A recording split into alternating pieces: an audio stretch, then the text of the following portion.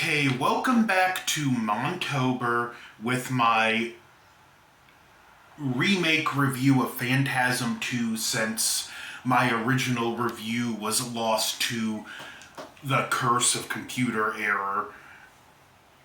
Maybe the tall man got it, I don't know. Phantasm 2 came out in 1998, stars Reggie Bannister, Angus Scrimm, and Michael LaGrosse playing Mike. James LaGrosse playing Mike in this one.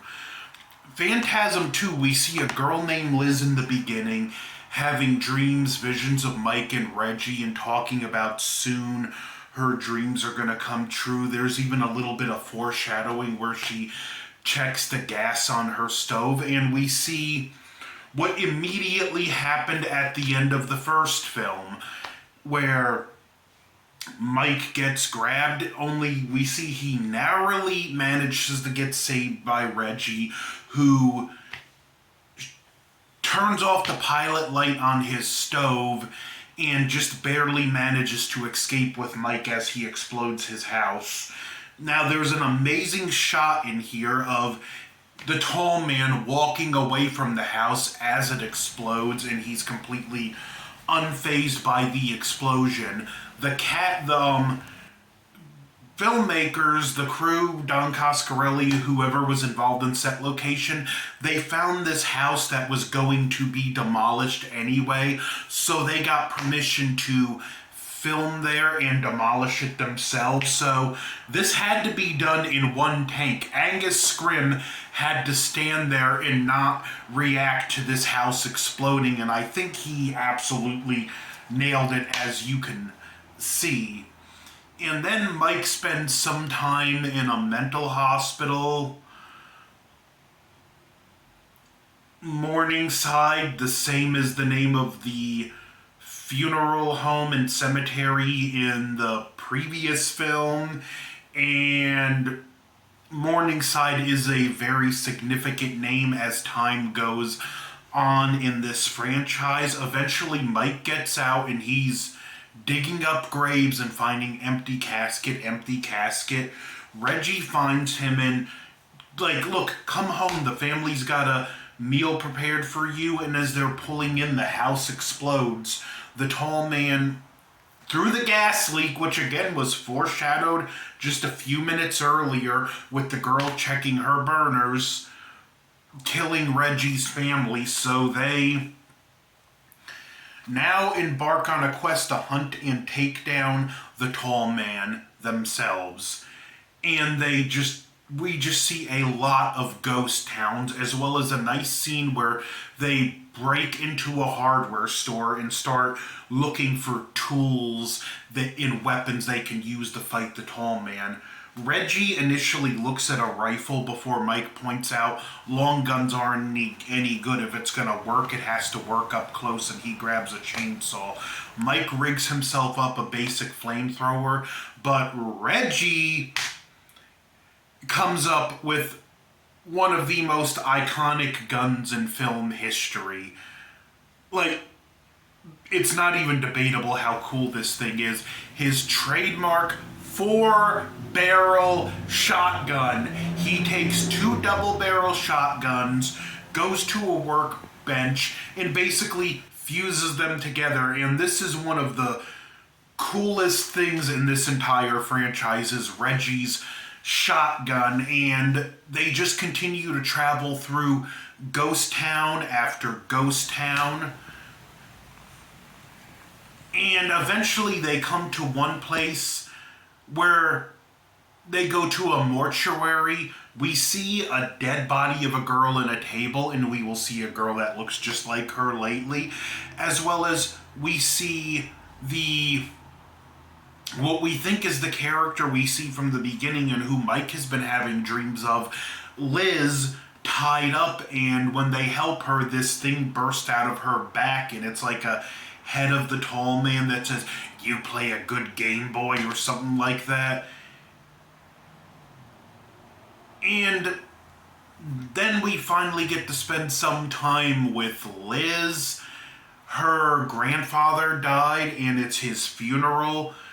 her and her grandmother. And again, we see just these shrinking towns. The only people at this whole place are the tall man, his minions, including these two twins, the priest, Liz, and her grandmother. We have a scene after the funeral where the priest stabs the grandfather through the chest, and there's this yellow liquid. Liz has an encounter with the tall man who gives a variation of his iconic, "The funeral is about to begin," only this time, "The graveside service is about to begin." And when she gets startled, he's stabbed through the finger with this hairpin. After the funeral,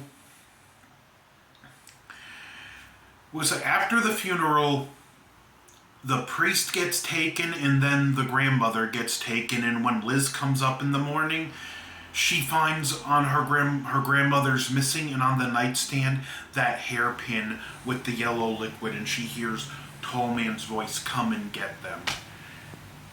Reggie and Mike are at a hotel, and we find out they've been doing this at least 6 months at this point.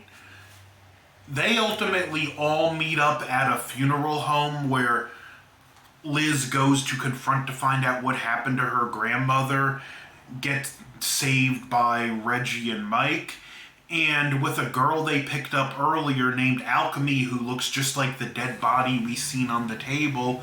They hold up at a house for the night in yet another ghost town, which I said this in a later review, but I always wonder what's like the overall west of the world. What's going on with all these towns becoming ghost towns?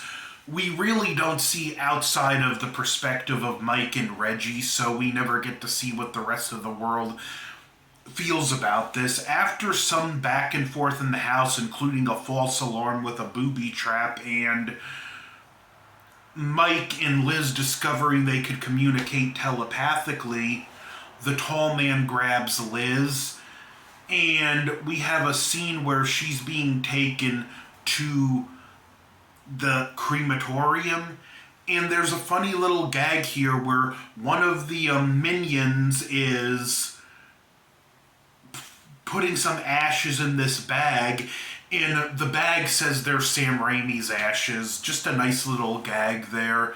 There's a decent car chase with Mike and Reggie pursuing the tall man. Then they get to the mortuary themselves, and we have the final showdown. They discover this weird little thing in a doorway that has a indentation the size of a spear.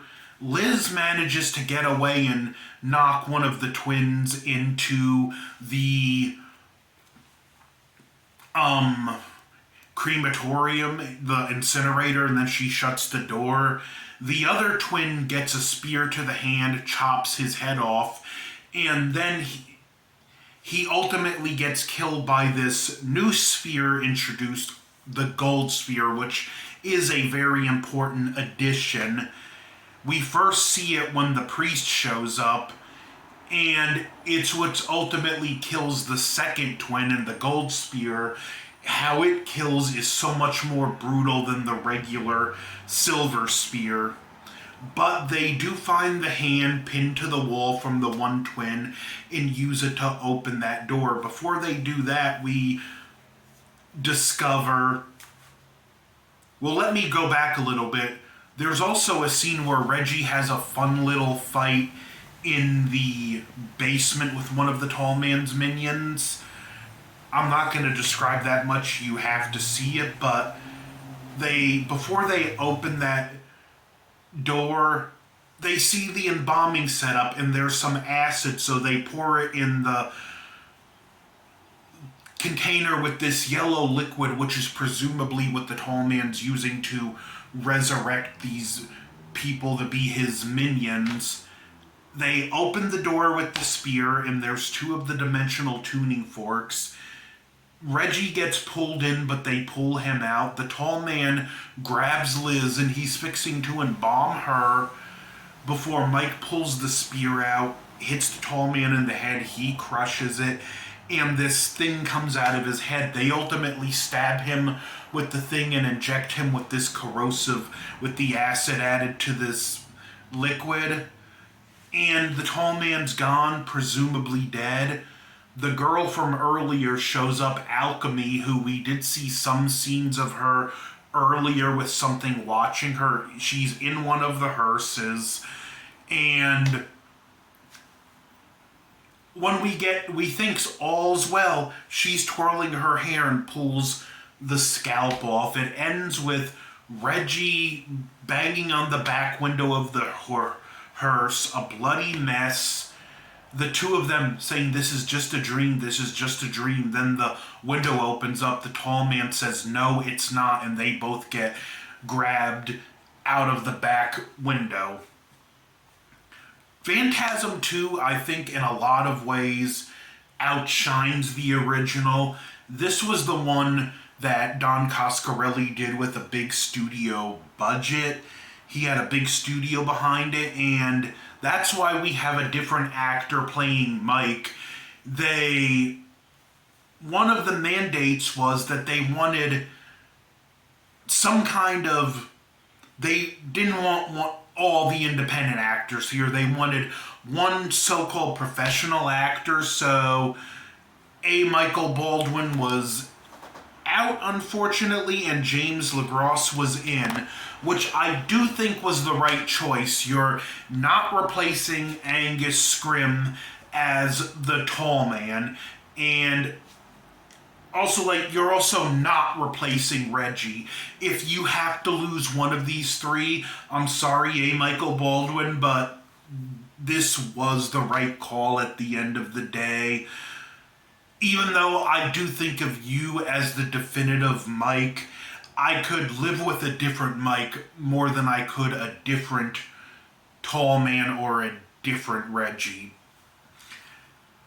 And this would also be the only film that would be backed by a major studio. The rest would go back to their independent roots. Phantasm 2, it's my favorite in the franchise, and it's just a ton of fun. A lot of great creepy imagery of these ghost towns. And I will say the whole character of Liz too is kind of a negative, because the studio did want a love interest for Mike. That was the other mandate. And you can tell how quickly she's taken out in the next film. When Don Coscarelli was free to do his own thing, he was out of there. But this is my re-review of Phantasm 2. Again, thank you for putting up with this video. It's not as good as the original one I planned, but you know, no plan survives contact with the enemy, and my computer is certainly the enemy this Montober. So next you will see me cover, which I already have, Phantasm 3, Lord of the Dead. So Montober continues. Don't forget to like, share, comment, and subscribe. Bye!